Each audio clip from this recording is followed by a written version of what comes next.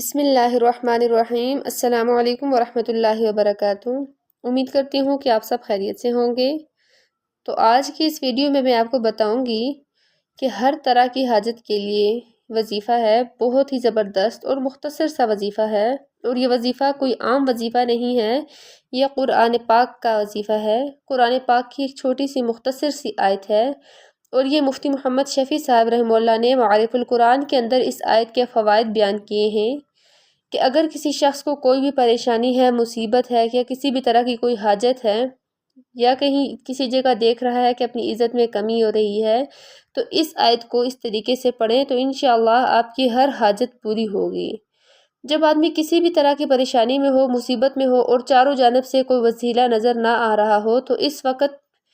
سوچ رہا ہے کہ میں کیا کروں، تو اس کے لیے مفتی محمد شفیع صاحب رحمہ اللہ نے معارف القرآن کے اندر سورہ القصص آیت نمبر 23 سے 24 تک ایک آیت مبارکہ ہے جو اس میں آتی ہے، ربی انی لما انزلت الی من خیر فقیر۔ یہ آپ کو اسکرین پر شو ہو رہی ہے، ایک بار پھر دیکھیں، ربی انی لما انزلت الی من خیر فقیر، جس کا ترجمہ ہے کہ میرے پروردگار جو بہتری تو مجھ پر اوپر سے نازل کر دے، میں اس کا محتاج ہوں۔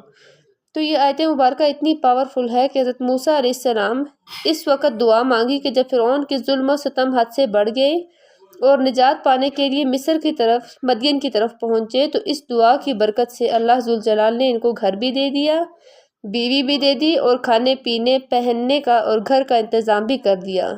تو آج کے اس دور میں ہر کوئی پریشان ہے کہ ہمیں جاب نہیں مل رہی، گھر نہیں مل رہا، پیسہ نہیں مل رہا، کھانے پینے کو کچھ نہیں مل رہا، تو ان کے لیے بہت ہی زبردست اور پاورفل وظیفہ ہے۔ تو اب اس وظیفے کو کرنا کیسے ہے؟ اس وظیفے کو کچھ اس طرح سے کرنا ہے کہ آپ نے باوضو ہو کر تنہائی میں بیٹھ کر اول آخر 3 بار درود شریف پڑھنا ہے۔ سب سے پہلے وضو کرنا ہے، تنہائی میں بیٹھ کے تنہائی میں بیٹھنا ہے، اول آخر 3 بار درود شریف پڑھ کے، تو اس آیت مبارکہ کو ربی انی لما انزلت الی من خیر فقیر، اس آیت مبارکہ کو 101 ٹائم یعنی کہ 101 مرتبہ پڑھنا ہے۔ پھر اس کے بعد آپ جس بھی پریشانی میں ہیں، مصیبت میں ہیں، کسی بھی طرح کی کوئی بھی حاجت ہے، تو اپنی حاجت کی دعا مانگیں اللہ رب العزت سے امید رکھتے ہوئے۔ اگر آپ کو جاب نہیں مل رہی، کوئی رشتہ نہیں مل رہا، کوئی بھی مصیبت ہے، پریشانی ہے، کسی بھی طرح کی حاجت ہے، تو انشاءاللہ اس وظیفے کی برکت سے چند ہی دنوں میں آپ کی حاجت پوری ہو جائے گی، چند ہی دنوں میں آپ کی پریشانی ختم ہو جائے گی۔ اللہ رب العزت سے امید رکھتے ہوئے اس وظیفے کو یقین کے ساتھ کیجئے، انشاءاللہ یہ بہت ہی پاورفل اور مجرب وظیفہ ہے، اور یہ وظیفہ کوئی عام وظیفہ نہیں ہے، بلکہ میں پہلے بھی بتا چکی ہوں کہ یہ قرآن پاک کا وظیفہ ہے، جو حضرت موسیٰ علیہ السلام نے یہ وظیفہ اس وقت کیا تھا کہ فرعون کے ظلم و ستم سے نجات پانے کے لیے۔